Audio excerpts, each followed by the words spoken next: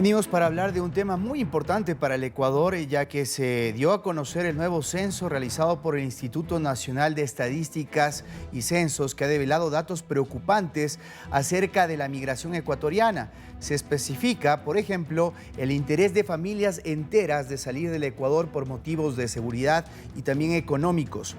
El director ejecutivo del Instituto Nacional de Estadísticas y Censos indicó que cerca de 97.000 hogares declararon que algunos de sus miembros salieron del país y no han regresado. Es una migración con un rostro distinto. A finales de los 90 se iba papá, mamá y los niños se tendían a quedar bajo el cuidado de los abuelos. Hoy la migración es de los núcleos familiares completos. No obstante, el coordinador nacional de movilidad humana de World Vision Ecuador, Rodrigo del Fierro, aseguró que existe un número considerable de compatriotas que por diversas razones fracasan en el camino para llegar a destinos como Estados Unidos de manera irregular. A estos datos del INEC también se suma el tema de la reducción de la natalidad acá en el país.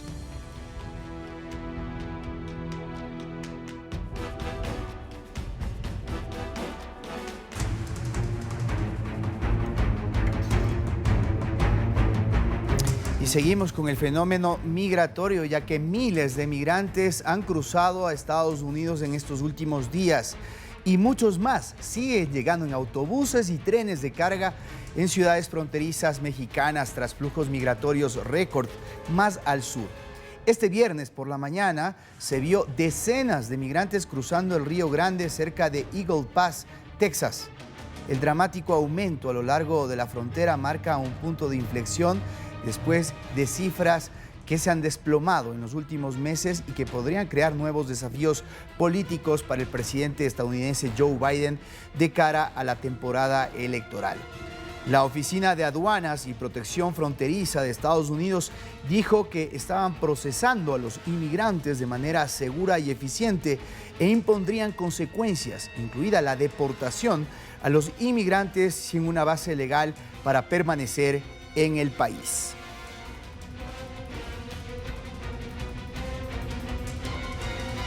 Está ya junto a nosotros, conectado en vivo y en directo, Roger Asmar. Él es experto en migración. Vamos a hablar de lo que está pasando ahí en la localidad de Eagle Pass. Roger, gracias por este tiempo con la audiencia de Latinoamérica. Te saluda César García desde Quito, Ecuador.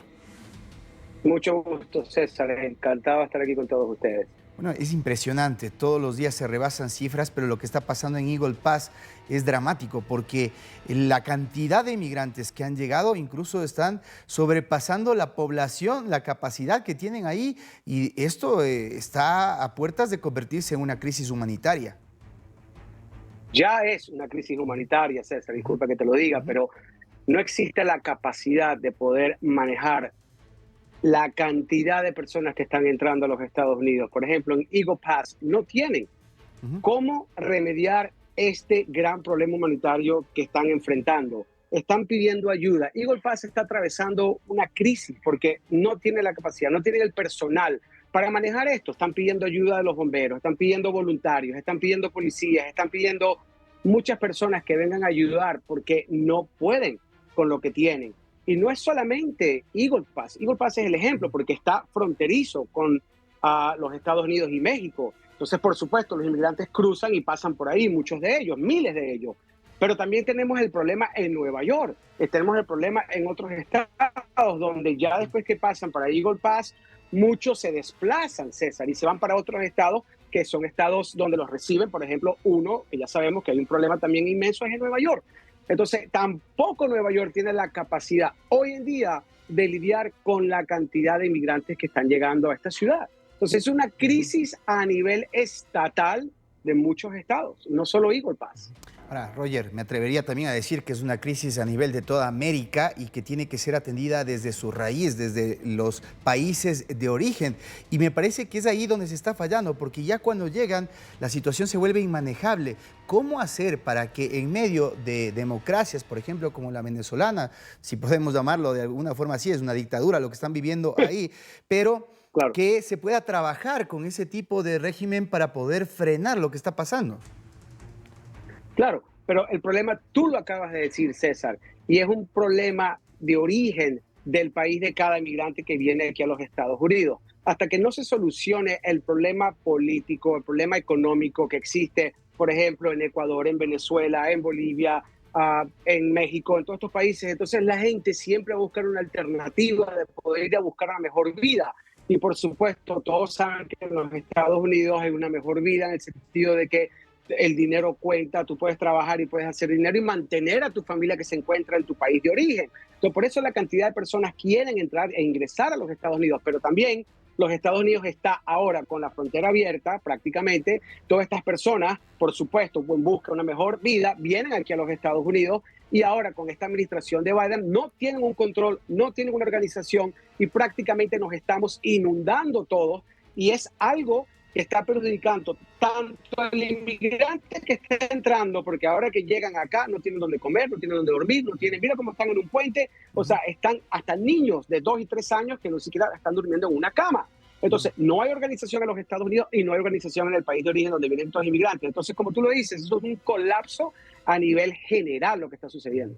Ahora, Roger, hablando, por ejemplo, de lo que ha pasado acá en el Ecuador, que ha difundido en las últimas horas el último censo de población, que especifica que hay un fenómeno distinto a lo que pasaba, por ejemplo, en los años 90, en donde a esta aventura iban cabezas de familia, padre o madre, pero ahora van, como tú lo acabas de señalar, con niños.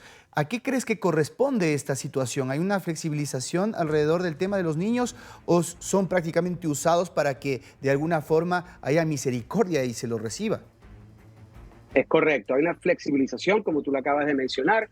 Entonces, tienes toda la razón. Mira, yo tengo más de 20 años trabajando casos de inmigración y en mis 20 años de carrera es la primera vez es el que yo veo lo que está sucediendo en el flujo de inmigrantes entrando a los Estados Unidos. Tienes toda la razón. 20 o 15 años atrás yo representaba a padres que venían, entraban a los Estados Unidos, sus hijos se encontraban en Ecuador y se mantenían ellos aquí 15, 20 años, mantenían a sus hijos y luego cuando el hijo ya tenía 19, 20 años, ellos trataban de traerlos a los Estados Unidos. Ahora no. Ahora ya viene la familia, el núcleo completo, vámonos para los Estados Unidos y como hay flexibilidad, porque ahora estás entrando con niños menores, entonces prácticamente lo que sucede es que te dan un parol porque vienes con niños y si tienes una causa de temor de regresar a tu país, entonces es un poco más fácil, a veces te hacen una entrevista que se llama miedo creíble, entonces pasa el núcleo familiar. Entonces la gente aprovecha, dice, en vez de estar separado de mi familia y de mis hijos, que lo entiendo, pues vámonos ya en un conjunto familiar para los Estados Unidos, porque aquí prácticamente están teniendo flexibilidad, como lo dijiste tú, César. Ahora, Roger, para no quedarnos en un análisis superficial, yo pienso que si tenemos que poner el dedo en la llaga, en cada uno de los países de origen tampoco desde la justicia se están sancionando a los tratantes de personas. Hay un índice bajísimo de sentencias sobre quienes están causando y motivando este tipo de fenómenos, que son realmente mafias transnacionales. Al respecto, ¿cómo se ha tratado el debate sobre la responsabilidad que tienen que tener las justicias para sancionar a los individuos que están detrás de esto? Claro, pero lo que pasa, César, es que a veces a los mismos políticos no les interesa llegar a sancionar las personas que hacen el tráfico de humanos, llamado así, o como quien dice los coyotes.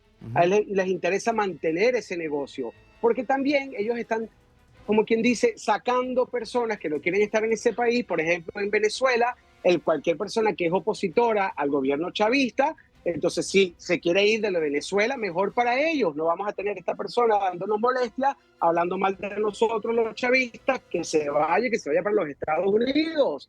Entonces, en parte, le conviene a muchos políticos de muchos de nuestros países que se vaya toda esta gente, pero también el político que de verdad quiere hacer algo por su país y castigar y poner y traer a la justicia a estas personas que están ayudando a este flujo de migrantes que están viniendo, pues no lo hacen, ¿me entiendes? Entonces, o no tienen la capacidad por la corrupción que hay en nuestros países latinoamericanos, porque eso es lo que es. Este problema es gracias a la corrupción que existe tanto en Ecuador, en Venezuela, en Panamá, en todos estos países, el cual no tienen un control y no hay justicia. Entonces, hacen las personas lo que quieran. Una indiferencia cómplice. Vamos a ver en qué termina esta situación que ya ha sobrepasado realmente todas las expectativas y las estadísticas lo están mostrando. Te agradezco mucho por este tiempo con la audiencia de Latinoamérica. Que tengas un excelente fin de semana. Igualmente para ti, César. Muchas gracias.